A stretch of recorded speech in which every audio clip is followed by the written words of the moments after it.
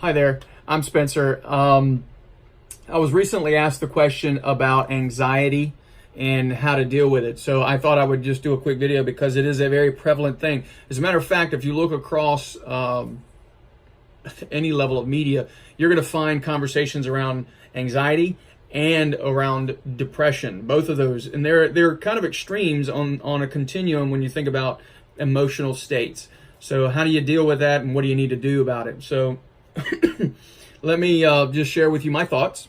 First off, if you have to take medication, completely understandable. As a matter of fact, I'm not against medication. I will tell you that I take seizure medicine. And if I was foolish enough to think that I could will my way out of having seizures, then I run the risk of not taking the medication. However, I will tell you this, in a very pharmaceutical-driven world, better living through chemistry, I do believe that some people depend on medication way too early, which then, of course, weakens our ability as our body, that, by the way, makes fantastic drugs internally. We weaken ourselves from being able to do, or our body from being able to deal with some of these things. So we just go to the easy route and take medication. So I'm going to caution on that, but I don't want you to think that, oh, Spencer said you shouldn't take medicine. Well, some people got to have it. It's a chemical challenge. And yet I also know some people that have chemical challenges that learn how to deal with them differently, which has created, and if you haven't seen it recently, there's such an uprising of mindfulness and so many sciences around the mind-body connection and how we can actually manage ourselves better. So what's the solution? What's the thought? That's the question. So let me jump to that.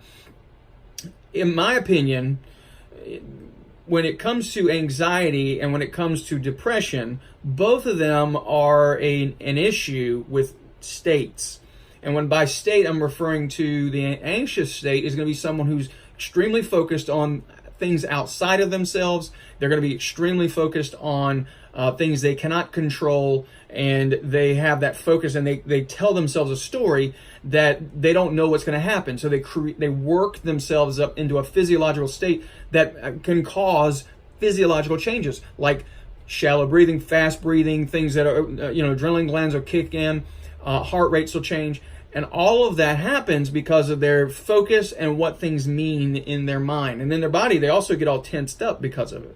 So it's a state, right? Depression is the opposite. Those are people, when we create depression in our life, it's by generating a focus on ourselves, inward. And we have a habit of looking back. So our problem, our challenge, me, myself, hopeless, can't control, change. And when we get into those emotional states, we then, of course, our physiology will drop. We won't feel very motivated. We'll want to sleep. We'll want to stay down. We won't want to, because no matter what I do, I'm going to always be in this state. Well, that's depression. So how do you mitigate that, or how do you handle that in between? My opinion, to handle that, as simplistic as this sounds, I've got a whole 10-minute exercise that we teach on a regular basis to do this with an infinity loop. Gratitude. Gratitude is the answer.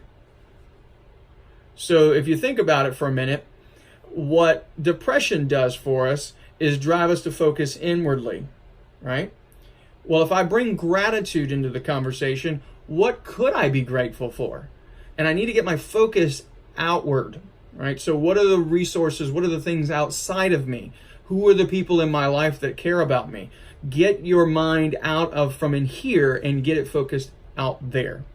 And then on the anxious side, as I told this person, where's your focus? Well, stop focusing so much on everything out there. There are so many pieces of stimulus out there that will create anxiety. That's the way our ecosystem is created nowadays. If you think about it, you drive anywhere, you're getting constantly overstimulated by so many things. Well, an anxious person, what things can I be grateful for in my life, inside of me? My resourcefulness versus my lack of resources. Who am I? How do I show up? What are the talents and the gifts and the ability that I have to be resilient, flexible, right? So I have to focus inward and create more resources internally by having a different conversation and focus. Now that sounds really simplistic. If you're struggling with that kind of thing, definitely that's what we do. We sit down and have breakthrough sessions with people all the time. And at the end of the day, that's my simple solution on helping people move from being very, stuck in their states, just accepting it the way it is. I'm just an anxious person, or I'm just a, nothing happens in my life.